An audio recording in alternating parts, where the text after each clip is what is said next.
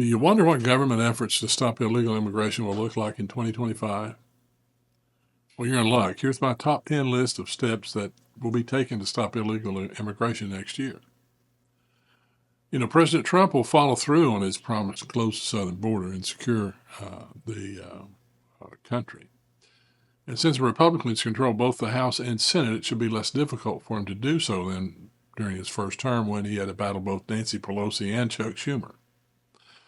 So let's take a look at our top 10 list. Number 10, I predict legislation will be passed to eliminate sanctuary cities, counties, and states.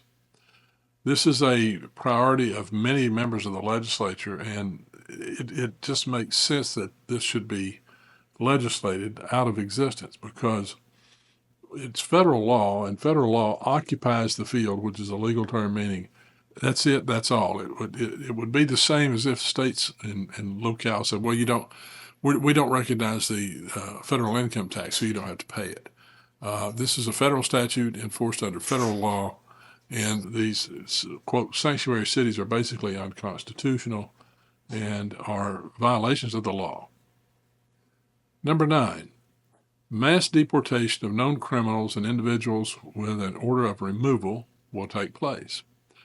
This is not going to be an option under the Trump administration, particularly with Tom Homan in charge. Homan has already made it clear that there will be deportation, starting with criminals first, and then those with deportation orders. And that's the way it should be. And it will be interesting to watch as that unfolds during the course of 2025. Number 8, politicians who resist deportation will be arrested and charged with crime.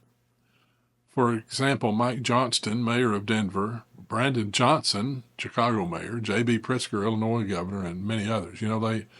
They've formed resist Trump groups, and the mullet head California governor, who is empty under his hair but has great hair, has taken steps to what he calls Trump-proof California.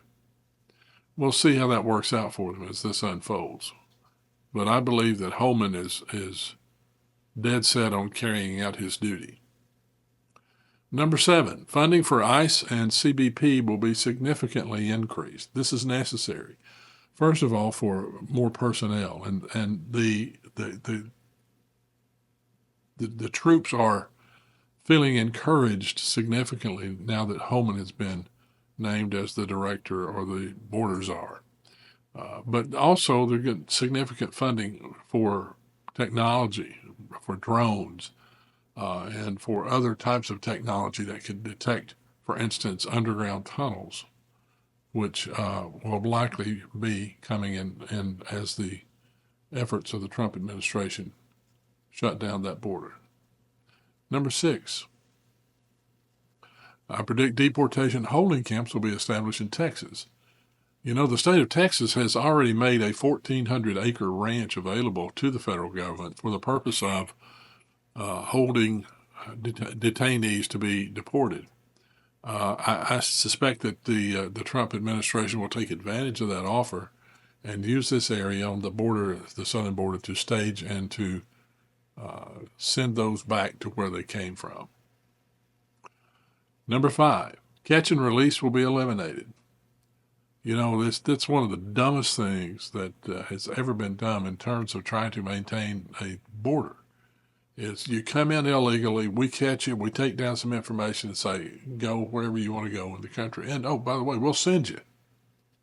Or we'll fly you in from another country in the middle of the night. I predict that catch and release will stop under the Trump administration, just as it did the first Trump administration. Number 4, Remain in Mexico will be reinstated. Now, we all know that Remain in Mexico was extremely effective during the first Trump administration. Now, it certainly will take cooperation from Mexico to make this work, but I believe the threat of tariffs that President Trump has already talked about will be enough to bring Mexico in line to help shut down the migrant flow. And in keeping with that, number 3, Mexico will shut off migrant flow through its southern border. They did this before, and it was extremely effective because most of the migrant flow comes through Mexico's southern border, particularly that part of their border that that is adjacent to other Central and Southern American countries. So we believe that again, the threat of tariffs and the issue of affecting their economy in such a negative way will make Mexico come along, dissipate once again, and shut its southern border. Number two, I think this is a big one. E-Verify will be established to require employers to verify the immigration status of workers. And those who are undocumented will not be allowed to work and will be identified for being in the country illegally. If they have the proper status, of course they should be able to work. But they shouldn't be able to take jobs that American citizens could hold just because they're here. So I believe that E-Verify will be established, and employers will be fined if they don't cooperate with E-Verify and verify the status of their employees. Now for the drum roll, number one. The border wall will be funded and work will be started to complete it.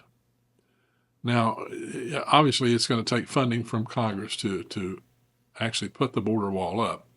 But I believe this will happen early. I believe that there will be legislation introduced early to fund the border wall. And the border wall will be completed under the Trump administration, and much of that work will be done in 2025.